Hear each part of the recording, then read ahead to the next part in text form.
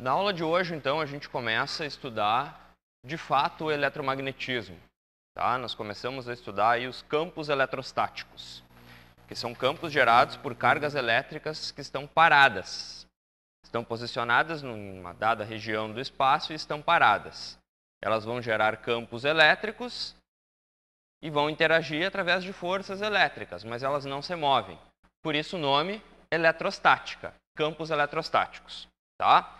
Na aula de hoje, pessoal, uma breve introdução aí, um pequeno aspecto histórico do estudo da eletrostática, um pesquisador aí para essa linha do eletromagnetismo.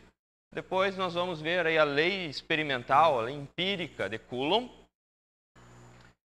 E por fim nós vamos ver aí como se comportam os campos eletrostáticos para distribuições contínuas de carga, ou seja, quando a gente não tem mais uma carga pontual, mas a gente tem uma linha, tem um plano, né, ou um volume de carga. Como que esses elementos, essas distribuições contínuas, geram campo eletrostático.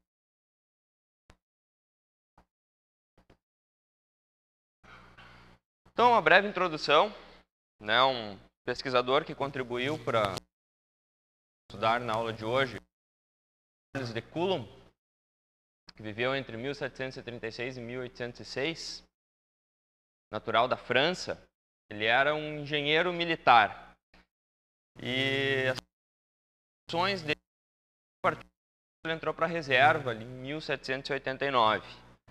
Tá? Então, ele se dedicou à física, ao estudo da física, principalmente a parte da eletricidade, o magnetismo, também a mecânica. Mas o que nos interessa aqui são as contribuições dele do ponto de vista de eletricidade e magnetismo. A gente vai ver que a primeira lei da eletrostática é a chamada lei de Coulomb. Foi formulada por ele e verificada experimentalmente por ele. Tá? Ele inventou a balança de torção e foi com a balança de torção que ele conseguiu medir as forças de atração e repulsão de cargas elétricas. Ok? Bom, aplicações, pessoal, dos campos eletrostáticos. Parece que quando eu digo, nós temos cargas elétricas posicionadas em uma dada região de espaço e paradas, parece que isso não tem nenhuma aplicação prática, mas na verdade tem. Aqui eu enunciei algumas.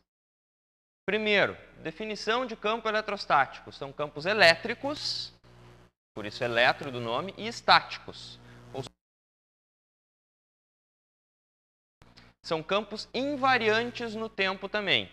Por mais que as cargas estejam paradas, o valor da carga não muda.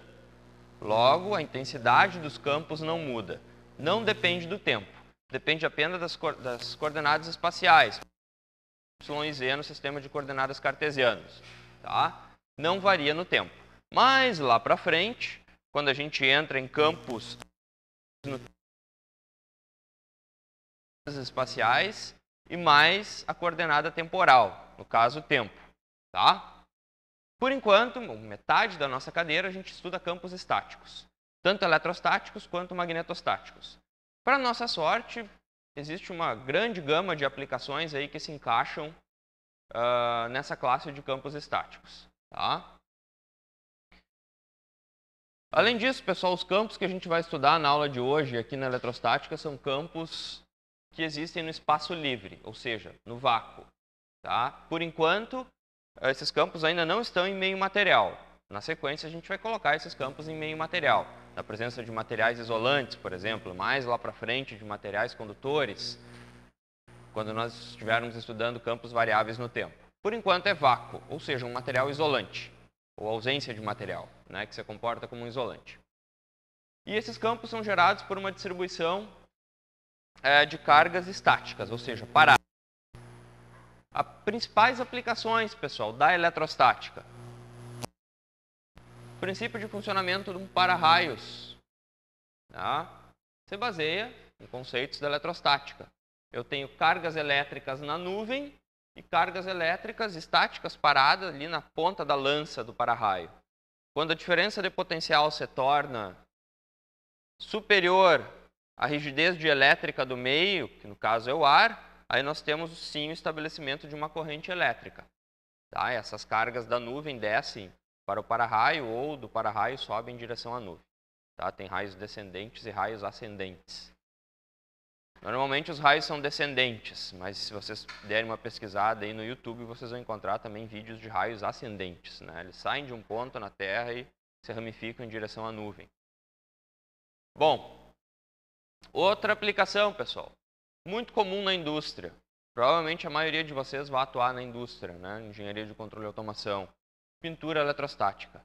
Então, quando algumas superfícies, por exemplo, o case de algum equipamento, superfícies muito irregulares, tem aletas de ventilação, enfim, recortes, dobras, e eu preciso de uma pintura bem homogênea. Então, se carrega eletricamente a peça, se carrega eletricamente a tinta, e quando essa tinta é pulverizada em direção à peça, ela se distribui de maneira homogênea. Tá? Porque as partículas de tinta acabam, devido à força elétrica, vencendo a força gravitacional. Em vez da partícula passar pela peça e cair, ela é atraída pela peça e cola na peça. A gente vai ver um videozinho depois. Outro exemplo aqui, quem for para a área de eletrônica, capacitores, pessoal. A gente estuda capacitores aqui em eletrostática. Tá? O que é um capacitor? Aqui eu coloquei um capacitor eletrolítico. São duas placas metálicas separadas por um material isolante e essas placas metálicas acumulam cargas elétricas. Entre essas placas surge um campo elétrico. Tá? Então é muito usado em eletrônica. Aí. O circuitinho mais simples que a gente estuda lá na eletrônica A, que é um retificador de meia onda, se nós colocarmos um capacitor nesse retificador de meia onda, a forma de onda retificada, ou seja, corrente alternada para corrente contínua, se torna bem mais limpa, fica filtrada, fica mais constante. Tá? Então, no circuito mais básico da eletrônica, a gente já usa capacitor. Aí, as aplicações são infinitas dentro da eletrônica, tá? Tanto em corrente contínua quanto em corrente alternada. Apesar do capacitor não conduzir corrente contínua. Tá? Mas a gente usa em circuito CC capacitores de filtro.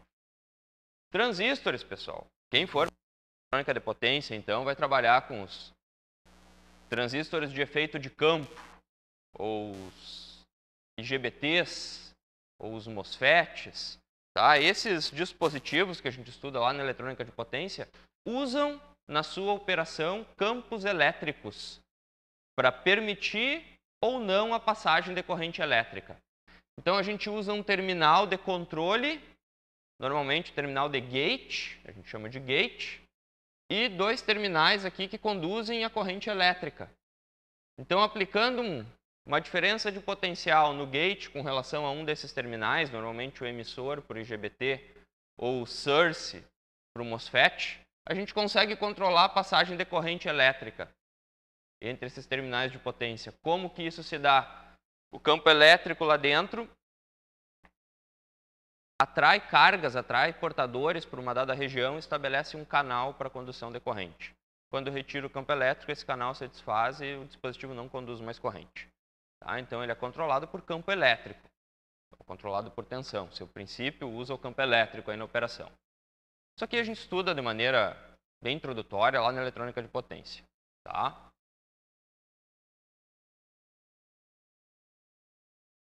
Então, aqui tem um videozinho de uma aplicação industrial, no caso, a pintura eletrostática. Tá? Vou passar, então, esse videozinho para vocês. E eu vou fazendo comentários aí ao longo dele. Bom, o que nós temos aqui, pessoal? Aqui no nariz dessa mangueira, ou desse bico aqui, né, que pulveriza a tinta, as partículas de tinta são carregadas eletricamente, por exemplo, com carga elétrica negativa. Tá? E a peça que vai ser pintada é carregada com carga elétrica positiva. Dependendo do valor da carga, a força de atração entre as cargas elétricas chega a ser, nesse exemplo aqui, 75 vezes maior que a força da gravidade. Tá? Então, uma partícula que está passando perto da peça, ao invés de cair, ela acaba sendo atraída pela peça. Observem aqui que o jato veio da direita para a esquerda e a peça foi pintada homogeneamente, inclusive na parte de trás, quando eu estou com a carga ligada. Quando eu estou com a carga desligada, isso não acontece. Tá? Então, é um exemplo aí de pintura eletrostática. Nesse exemplo, se mostrou apenas uma esferinha. né? Mas normalmente na indústria são superfícies mais complexas. E a tinta fica mais homogênea também. Ok? Aplicação, então, da eletrostática. Vamos adiante. Beleza. Vamos, então, para a lei de Coulomb. Começando, então, o conteúdo de eletrostática, pessoal. A lei de Coulomb é uma lei experimental. Tá? Coulomb observou essa lei na prática. Tá? Ele estabeleceu ela na prática. Uma série de experimentos, ele foi refinando e chegou àquela equação ali. O que a lei de Coulomb nos diz, pessoal? Ela diz que se eu tenho duas cargas elétricas, entre essas cargas elétricas vai surgir uma força, que pode ser de atração ou de repulsão. Tá? A intensidade dessa força é proporcional ao produto das duas cargas. Quanto mais intensas as cargas, não estou falando do sinal delas ainda, estou falando só da intensidade, tá? Da grandeza física, carga elétrica. Quanto mais intensa forem essas cargas, mais forte é a força. Então a força ela é diretamente proporcional ao produto das cargas elétricas. Além disso, pessoal, quanto mais longe as cargas estiverem, mais fraca é a força. Quanto mais perto as cargas estiverem, mais forte é a força. E essa relação se dá com o inverso do quadrado da distância. Então, quanto mais longe, mais fraca a força, caindo com o quadrado da distância. Então, se a distância entre as duas cargas é R, a força é inversamente proporcional a R ao quadrado. Tá? Então, cai de maneira quadrática conforme eu me afasto. Conforme eu afasto uma carga da outra. Tá? Tem uma constante aqui, ó, na verdade, três constantes, né? 4πε0, que foram obtidas experimentalmente.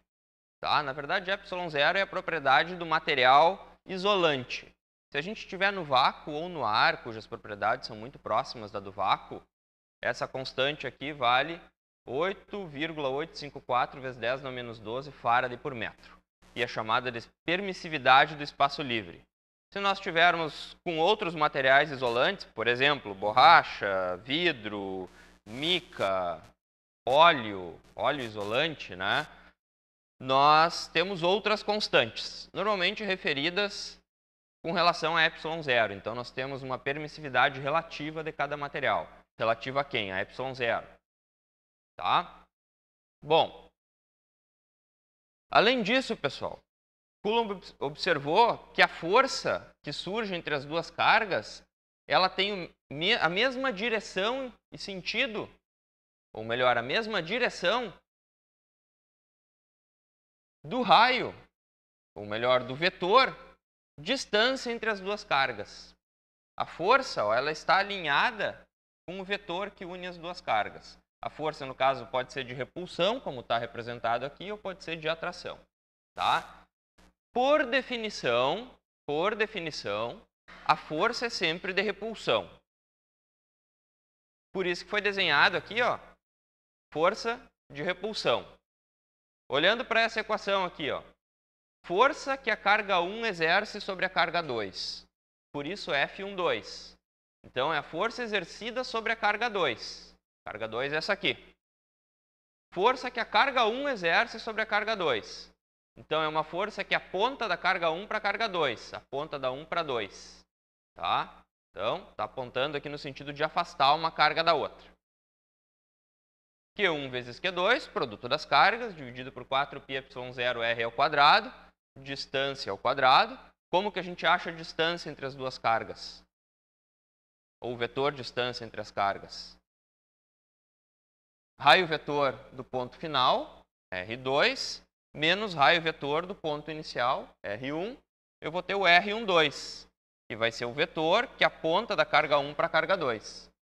Eu quero achar a força na carga 2 devido à carga 1, tá? Então aponta da 1 para 2. Se eu calcular o módulo desse R12 aqui, então eu vou ter esse R.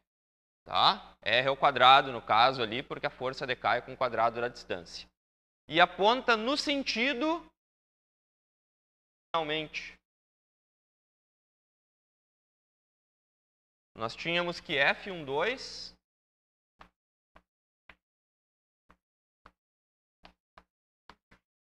era Q1, Q2 sobre 4π ε0 vezes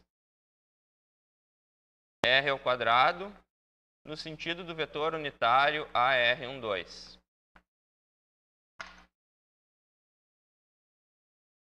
Como que eu calculo o AR12? Basta fazer R12 dividido pelo módulo dele, dividido por R. Tá? R12 dividido por R. Assim eu calculo o vetor unitário. O que vai acontecer aqui então? Ó? R ao quadrado vezes R. Vai aparecer um R ao cubo. Tá? Só que apareceu um R ao cubo aqui, ó, porque não apareceu mais o vetor unitário aqui no numerador. Tá? Então ficou assim, ó. Vetor distância pelo módulo do vetor distância ao cubo. Por favor, não olhem para essa equação e me digam que a força decai com o cubo da distância. Não é isso que acontece. A força decai com o quadrado da distância. Tá? Inverso do quadrado da distância. Apareceu um 3 aqui porque nós calculamos o vetor unitário. Só para deixar aqui de uma maneira mais rápida de usar essa equação na solução de um problema. Né? Substituir direto aqui o raio vetor do ponto 2 menos ponto 1, tira um módulo disso, eleva ao cubo. Então, quando eu faço essa divisão aqui, eu estou calculando o vetor unitário e estou dividindo por R ao quadrado. Tá? Compreendido? Não cai com o cubo, cai com o quadrado. A equação ela só foi aberta para ficar um pouco mais simples de usá-la. Tá? Bom, lembra que eu disse para vocês que a força é sempre de repulsão por definição. Por esse motivo, a gente sempre tem que levar em conta o sinal das cargas elétricas. As cargas elétricas positivas, a força vai ser de repulsão, como na definição. Se eu tiver duas cargas elétricas negativas, se as duas forem negativas, a força também vai ser de repulsão, porque menos com menos dá mais, e eu obtenho aqui mesmo mais dessa equação original.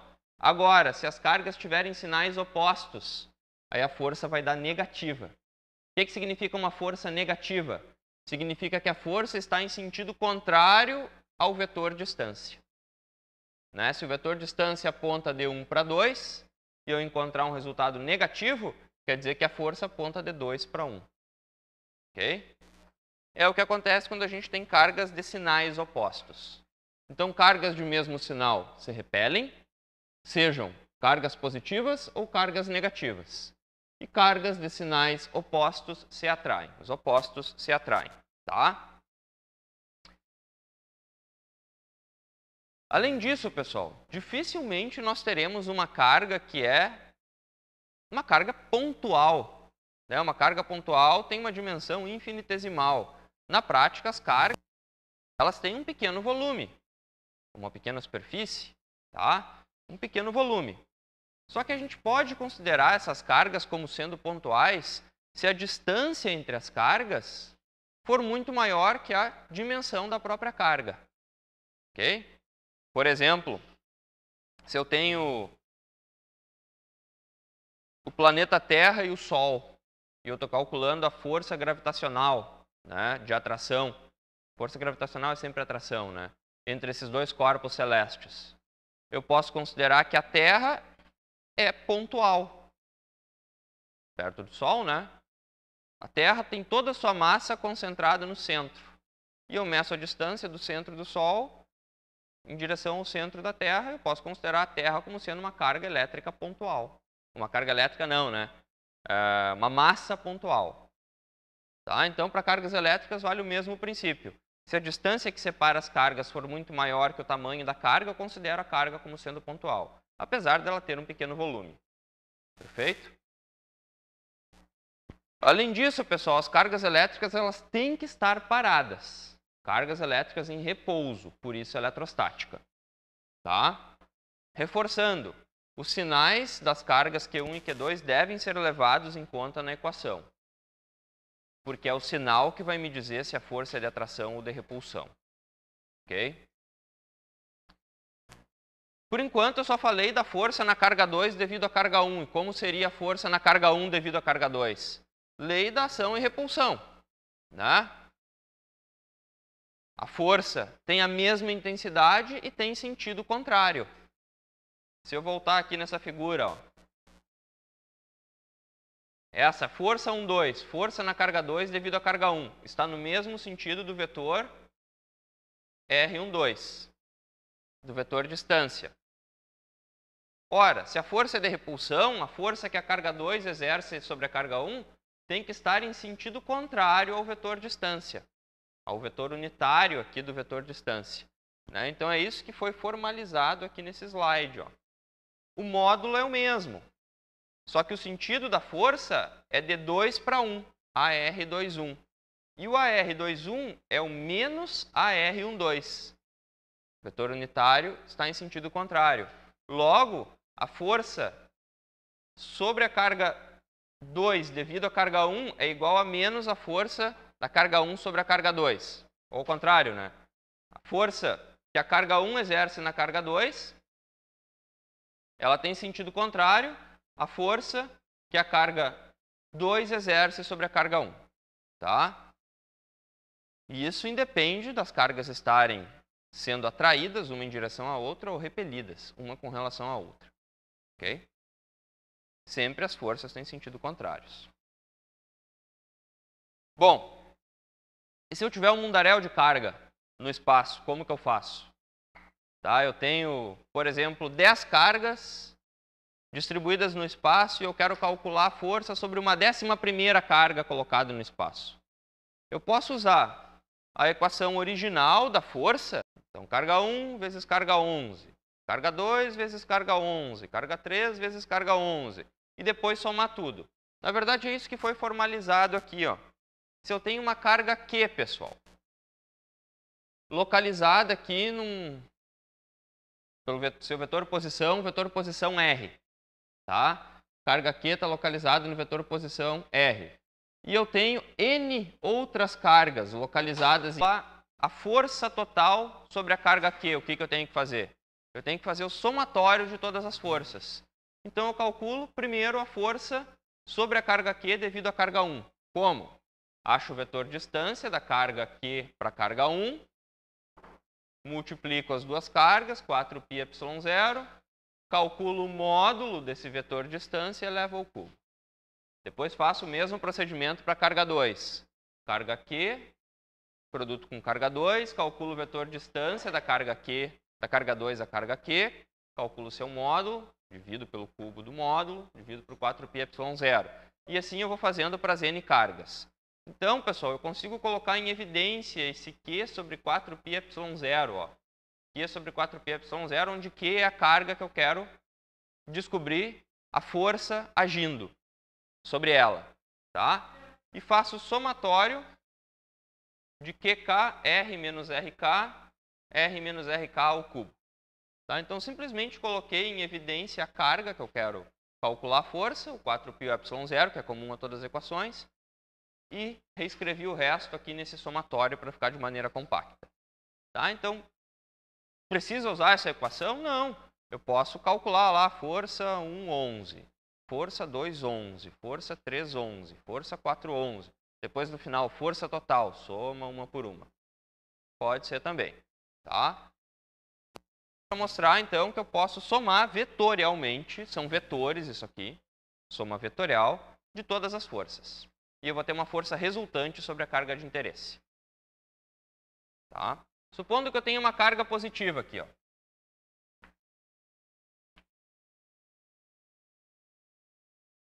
Tenho aqui uma carga Q. Tá? E eu coloco aqui uma outra carga positiva.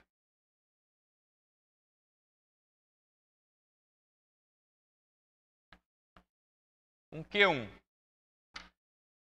E aqui eu tenho um vetor distância unindo essas duas cargas. Tá? Como que vai ser a força entre essas duas cargas? Repulsão. Então vai surgir aqui sobre a carga Q1, ó, devido à carga Q, uma força. Tá? Força de repulsão. No mesmo sentido do vetor que une as duas cargas. A definição de campo elétrico é a seguinte, pessoal. Se assume que essa carga aqui, ó, tem uma região de atuação no espaço no entorno dela. Tá? É como se ela estivesse gerando um campo. Então a gente desenha esse campo aqui. Ó.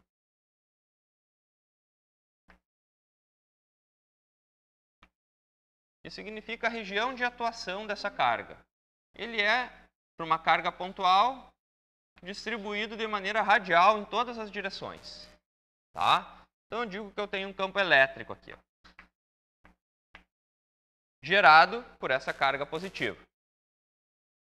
Bom, supondo que eu não estivesse enxergando essa carga positiva, tivesse uma parede aqui, ó, e eu não estivesse enxergando a carga positiva, minha visão aqui tivesse bloqueada, ó, e eu não estivesse enxergando nada do que tem para o lado de cá.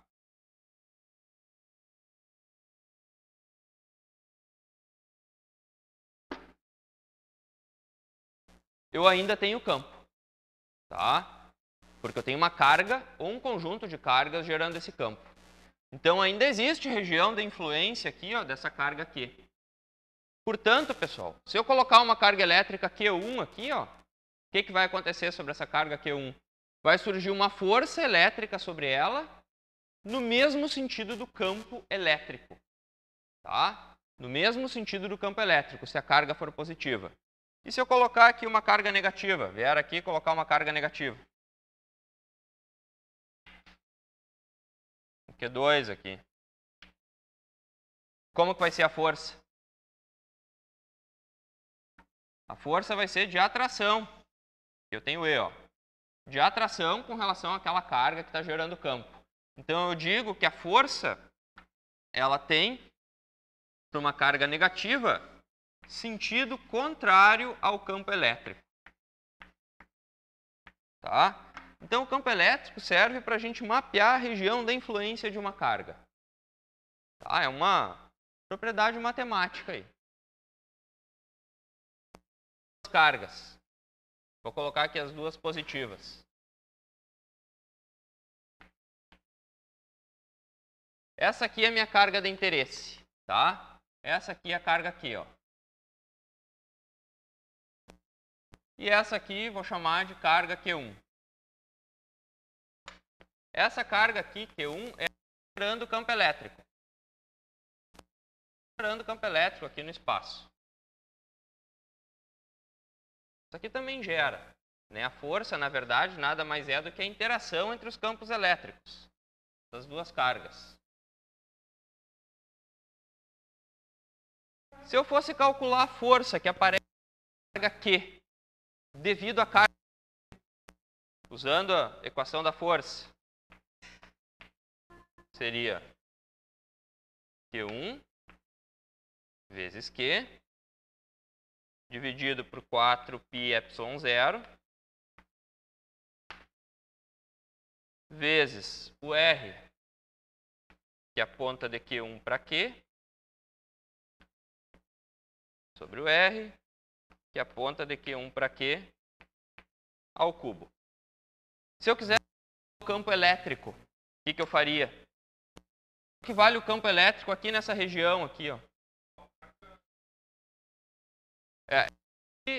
É a carga que está sofrendo a ação da força. A carga que eu estou analisando.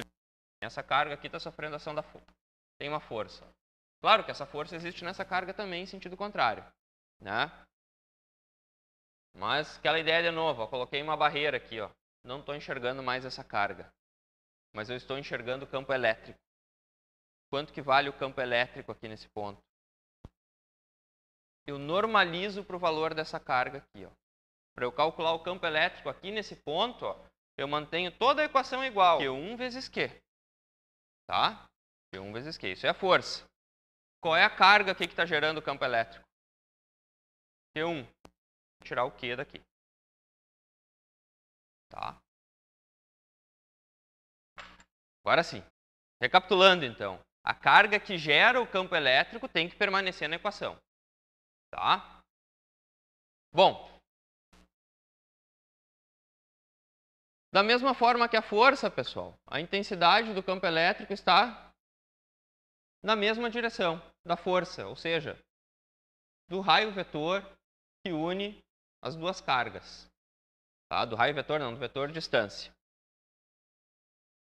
Se eu tiver um ponto qualquer no espaço, então, agora eu não estou mais falando de uma carga.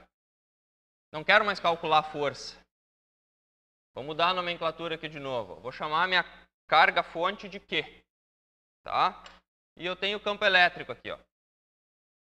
Todas as direções. E eu vou pegar um pontinho aqui no espaço. Vou pegar o ponto P. Que tem um vetor posição R. Como que eu calculo o elétrico aqui nesse ponto devido à presença dessa carga? Q, que é o valor da carga que gera o campo elétrico, R menos R', vetor distância da carga que gera o campo elétrico até o ponto de interesse, sobre 4πε0, módulo do vetor distância ao cubo. Reforçando, a carga Q que gera o campo elétrico continua na equação. Tá? Isso. Eu poderia mapear o campo elétrico aqui dentro da sala, por exemplo, supondo que tenha campo elétrico aqui dentro da sala. Pego uma carguinha de prova e vou colocando ela em várias posições. E vou medindo a força que existe. E vou anotando o valor dessa força. Depois eu pego o valor da força e divido pelo valor da minha carga de prova. O que sobra de resultado, então, é o campo elétrico. Tá? Não sei se eu consegui deixar claro agora. Tá? Bom, vamos fazer esse exemplo, então. Tá? Eu acho que vai ficar um pouco mais claro fazendo o exemplo.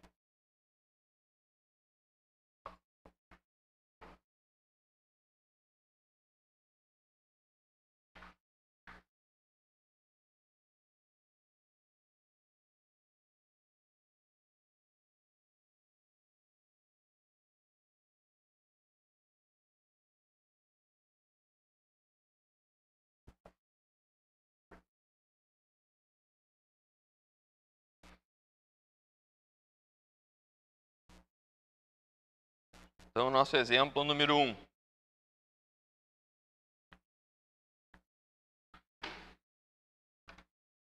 Duas cargas pontuais.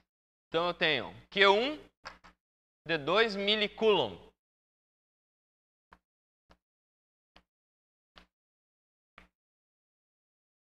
E Q2 menos 3 milicoulomb.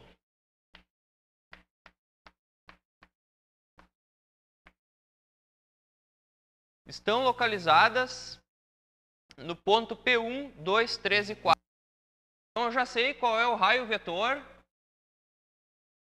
da carga Q1. O raio vetor da carga Q1 são as próprias coordenadas da carga Q1. 2, 3 e 4.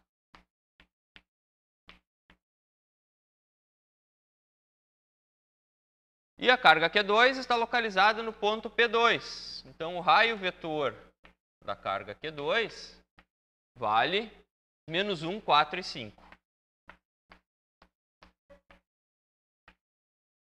Tá? Calcule a força elétrica sobre a carga Q3. Então, tem mais uma Q3 aí. Que vale quanto? 10 nanocoulomb. E essa carga Q3 está localizada em 10, 0 e menos 4. Então, raio vetor ou vetor posição da carga Q3 vale 10, 0 e menos 4. Então, esses aqui são os dados do meu problema. A pede, calcule a força elétrica sobre a carga Q3. Tá? Então, a nossa carga de prova é o Q3. Quais são as cargas que estão gerando campo elétrico no espaço? Q1 e Q2. Na verdade, Q3 também gera. A força ela é um resultado da interação dos campos. Para B, a gente vai calcular especificamente o vetor intensidade de campo elétrico no ponto onde a carga Q3 está localizada. Ok? Devido às cargas Q1 e Q2. Bom, vamos para a letra A então, pessoal.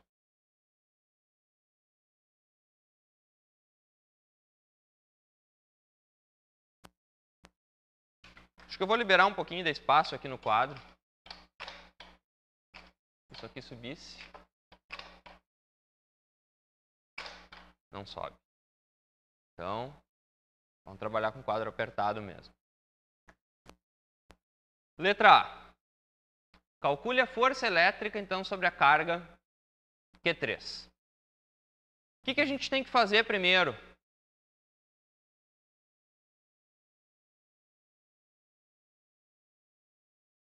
Vou desenhar aqui, ó. Q1, Q2, Q3. Qual é o primeiro passo, pessoal? É achar os vetores de distância. Então, eu vou achar o vetor de distância da carga Q1 à carga Q3, o R1, 3, que aponta do 1 para 3, e vou achar o vetor de distância da carga 2 à carga 3, o R2, 3. Por que eu preciso do vetor de distância? Porque é eles que me definem o sentido da força. Nós vamos ter uma força aqui, ó.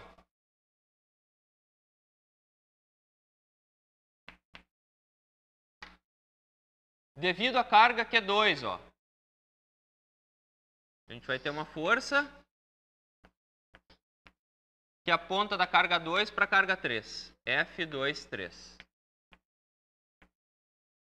E a gente vai ter uma força que aponta da carga 1 para a carga 3. F1, 3. E vamos ter uma força resultante.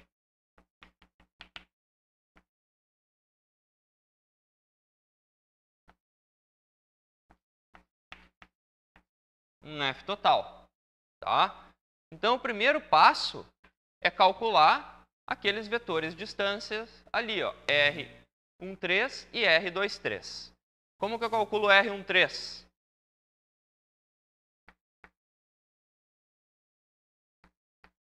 Como que eu calculo o vetor de distância?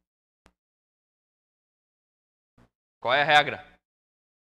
Ponto final menos ponto inicial. É interessante que essa questão aqui, ou parecida com ela, eu coloco em todas as provas. Todas. Sem exceção até hoje que eu apliquei, a primeira prova, tem uma questão parecida com essa. Às vezes tem uma carga a mais, às vezes tem uma linha, tá? Mas todas têm isso aí, cargas distribuídas, e eu peço para calcular uma força ou um campo elétrico. E o pessoal erra o cálculo de distância. Fazem ponto inicial menos final. É final menos inicial, tá? Qual é o ponto final? É o R3. Qual é o ponto inicial? É o R1. Ou seja, esse vetor de distância vai ser R3 menos R1. 10 menos 2, 8. 10 menos 3, 0 menos 3, menos 3. Vão acompanhando aí. Menos 4, menos 4, menos 8. Tá? Descobrir agora o R23.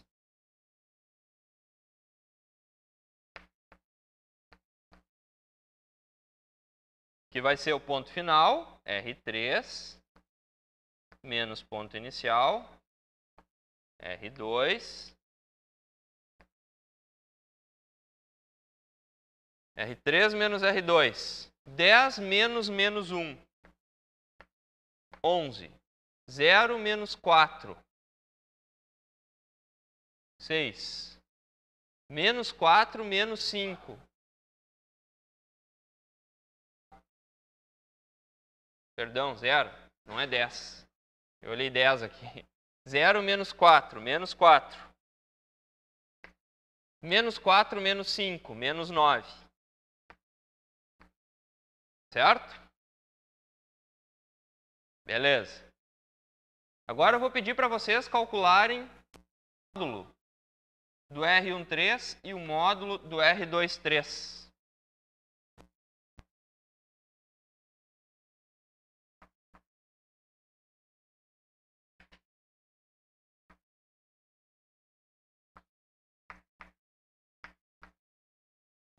Calculem aí para mim. Coordenadas ao quadrado, soma, tira a raiz. Oi.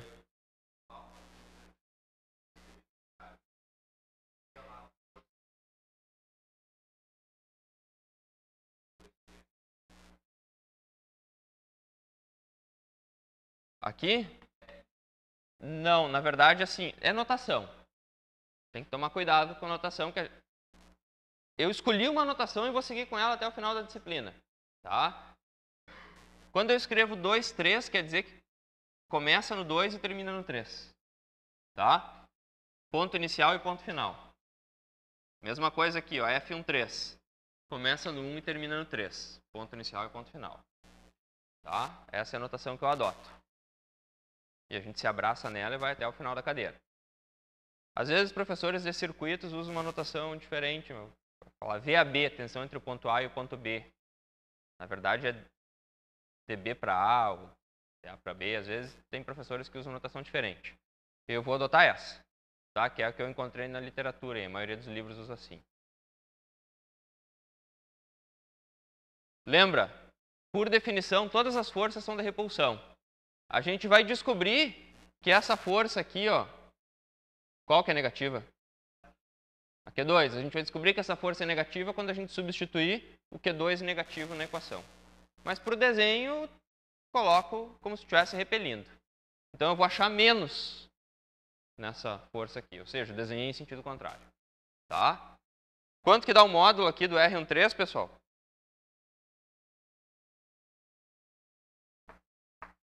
Vou colocar mais uma casa aí. 4. E quanto que dá o módulo do R23? 14,76. Então, 5 aí. 48. Tá? Beleza. Vamos fazer o seguinte agora, então. Vou calcular a força F13. Carga 1 vezes carga 3 sobre 4π epsilon 0 vezes R13 sobre R13 ao cubo. Né? Ou, se vocês preferissem, poderiam calcular o A13, calcular o vetor unitário, colocar o vetor unitário aqui e dividir por R13 ao quadrado. Tá também. Tá? Então, isso aqui vai dar o quê? Ó? Carga 1. 2 mili. 2 mili. Vou botar o M aqui. Tá? Para quem não está lembrado, o que é o mili e o nano, o mili é 10 na menos 3. E o nano, 10 na menos 9. 10 na menos 6 é o micro. E 10 na menos 12, pico. E 10 na menos 15, fento. 10 a menos 18. Ah.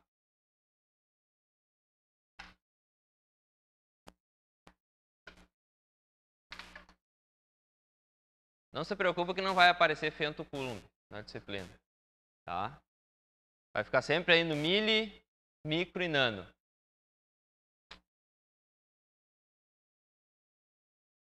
Dois mili vezes Q1 vezes Q3 vezes 10 nano sobre 4π 8,854 vezes 10 na menos 12, que é o ε0, vezes o R13, 8 menos 13 menos 8,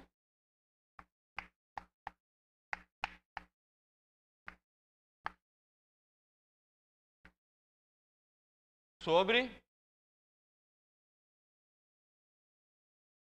11,7 ao cubo. 11,7 ao cubo. Tá? Me digam aí quanto que deu o F13, pessoal. Ou alguém me empreste a calculadora.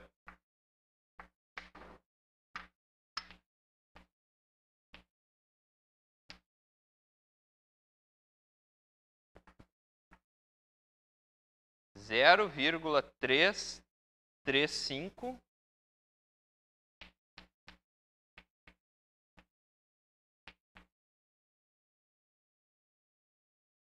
e 0,754 milinewtons. Bateu aí ou não? Ok. E a força total é só somar as duas. Só somar essa aqui com aquela lá. Tá? Só fazer F23 mais F13.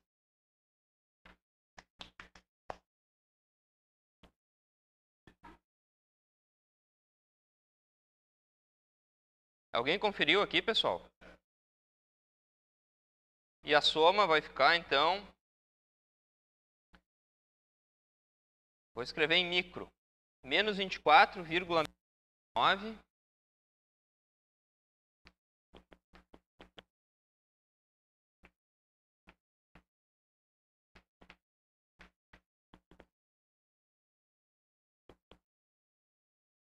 menos 1,217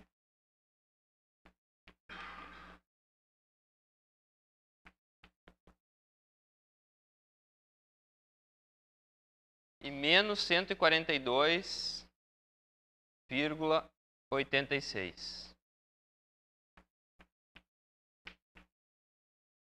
860. Micronewtons. Bateu?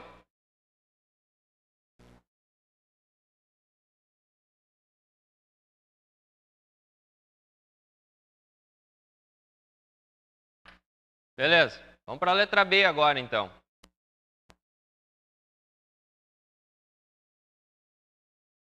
Oi.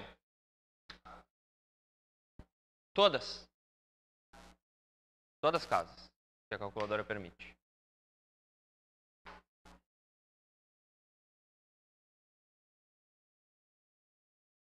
Mesmo quem tem uma Cássio aí, não tem uma HP, vocês têm a memória da A até a F na Cássio para salvar as variáveis, né? Então vocês podem trabalhar com todas as casas da calculadora também. A HP, ou eu vou salvando na memória, ou eu vou deixando na pilha e vou buscando os valores. Eu nunca redigito nenhum dado. Eu sempre aproveito o resultado anterior, tá? Não chego a criar tantas variáveis como o nosso colega Gilberto aqui, que tinha umas 500 variáveis ali que eu desisti de... Provavelmente rodou algum programa e esse programa criou um monte de variável. Tá. Tem uma funçãozinha chamada purge, muito útil. Tá.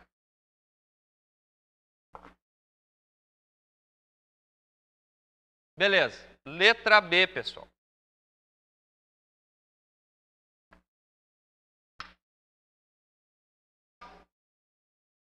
O vetor intensidade de campo elétrico no ponto P Aqui, ó, mesmo ponto. Mesmo ponto. 10, 0 e menos 4. Devido às cargas 1 e carga 2. E daí? Como que eu posso calcular o campo elétrico aqui nesse ponto? Essa aqui é a minha carga de prova. O que eu tenho que fazer para calcular o campo elétrico aqui? Oi?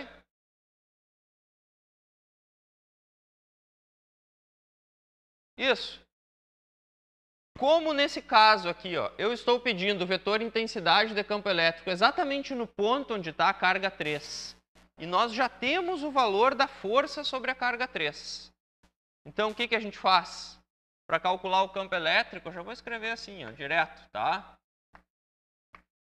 Basta fazer a força total que a gente tem sobre a carga 3, que é aquela lá, ó, dividido pela carga de prova.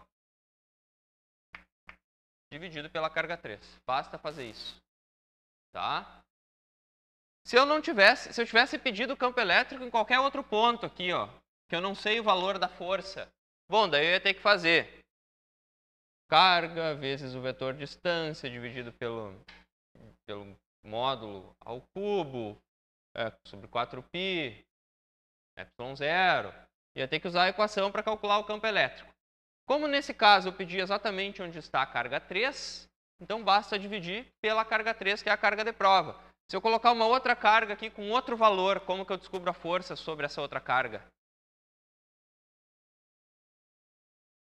Basta pegar o campo elétrico e multiplicar pelo valor da carga. Tá? Então façam essa divisão aí.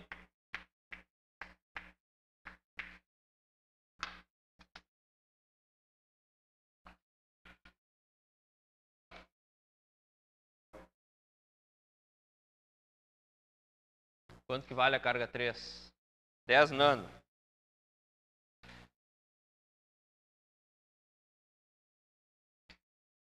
Vai dar 2,467. Vê se agora eu acerto. 2,467. Ponto e vírgula.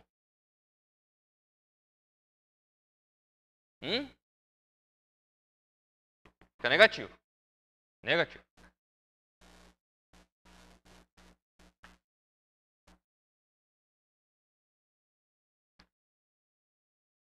Menos 0,121.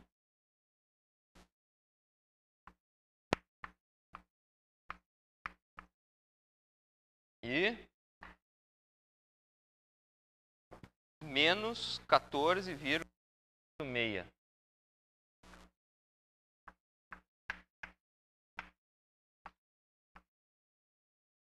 Kilovolt por metro. O que é o quilo, pessoal?